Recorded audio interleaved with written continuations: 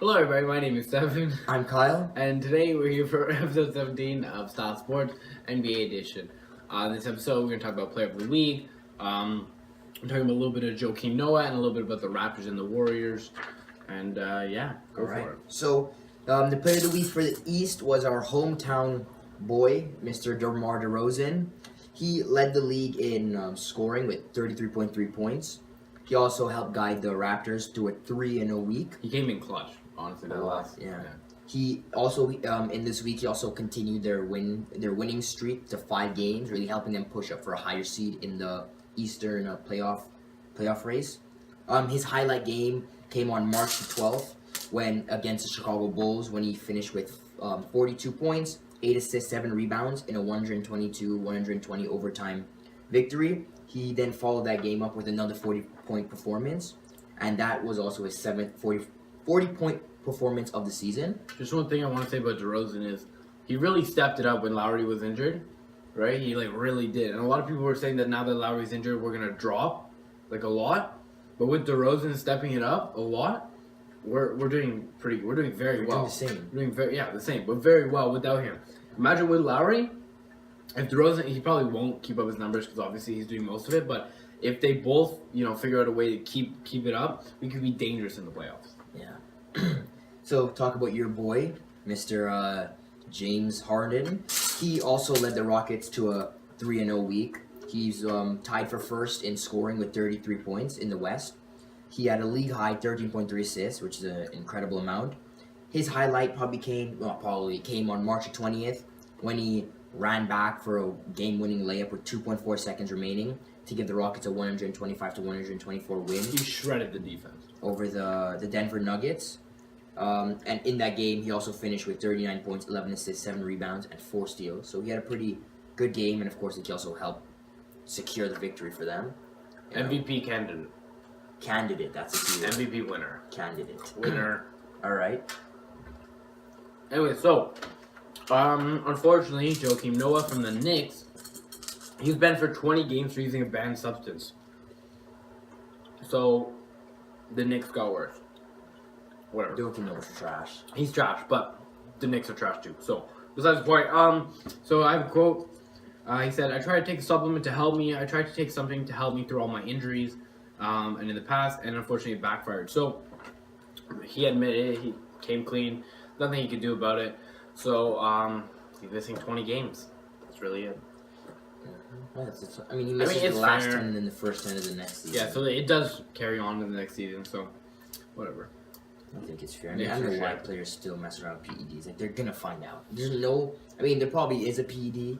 I think plenty of them do take it. That they probably won't register, but he has to be smarter than that. Especially this late on in his career, he doesn't want to build control. He's already not a good character, but he's not a good player. And I feel like this is just ruining your character, especially in New York. Yeah. So another highlight, Mr. Young guy by the name of Devin Booker.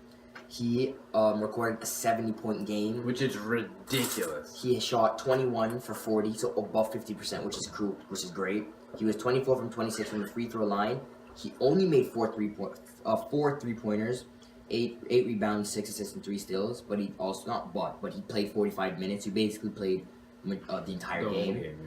He broke a lot of records. He became the youngest person to score 70 points in a game.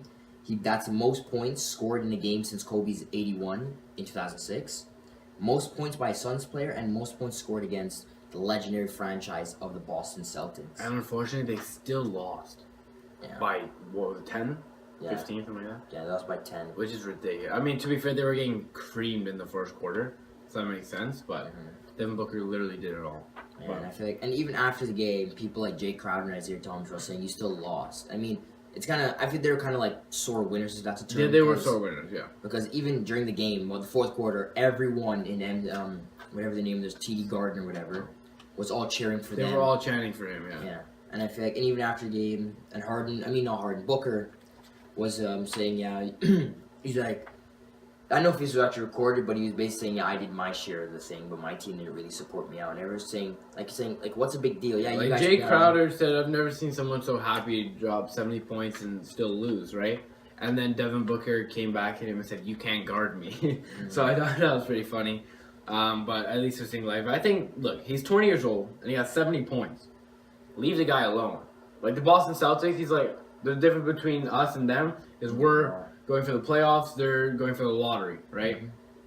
Oh, well, what are you going to do about that? He still dropped 70 points. It doesn't matter how. You still dropped 70 points, and he's 20 years old, which is ridiculous. Better than you could ever do. Doesn't he have a career high of like 27? It's either 27 or 35, one of the two. So Jay Crowder, shut up. But anyway, so great news for Raptors and also Golden State Warriors. Both of their stars, Lowry and Durant, they look to be closing in on imminent return. So that's good for both teams. They look to return by the second round of the playoffs. Durant is going. Durant, yeah, sorry. And Lowry is around 2 to 3 games for the playoffs. Yeah. So, what do you think about that? Do you think the addition of Durant, do you think they're going to get snapping right back again? Because they're 7-3 this week, right? Which is still very good. But do you think they're going to... They snapped in 3 games at the beginning of the season. And I feel like he's been gone for maybe like 10, 15 games by then. Mm-hmm. They'll just get right back. I mean, they've been playing pretty good. They're still managed to be first in the NBA without him. So I feel like just adding him is just adding more power. Mm-hmm. But like, I'm not the happiest with his return. I mean, yeah, I'm happy his knee's all right. But I mean, I know for those who know I've talked about, I want Golden State to lose in the playoffs. Just because if they lose, NBA will change up. We'll talk about that probably later on near the end of the season. Mm-hmm. But I'm happy for Lowry, of course, because just being Toronto natives is a good move, and it's happy to have him back, especially our star player. Yeah. And especially... And he's getting old, so I think he only has maybe 2 seasons left. He's a lot more seasons to play. I would say 2. And I'm pretty sure I had like 36. He has like 5 seasons. 2 to 3 seasons left, in my opinion. And I think we got to get the best out of him. He's leaving this year, so it doesn't matter. He's not going to leave this year. He's not leaving this year. Where is he going to go? Who's going to pay him? Toronto. Raptors are not going to pay him. Yeah, with Durant and Curry on the market, Lowry's going to be whatever. Lowry's not going to sign back. We're not getting Durant. We're not getting Curry. And we're getting Lowry. We're getting Lowry. Yeah, we will. Watch. I said it here. We will watch. So, back to like the college basketball. So, unfortunately for Lonzo Ball and UCLA, they did not crash out, but they lost against Kentucky in the Elite Eight. And basically, literally, right after the game, in his post-game interview, Lonzo Ball was saying, yeah, this is most likely my last game for UCLA. And he's basically declaring himself for the draft. Exactly, heading for the NBA. And, you know, his father, of course, being the loudmouth he is backing him up and basically saying, that he's the best team. So, his family is located in LA.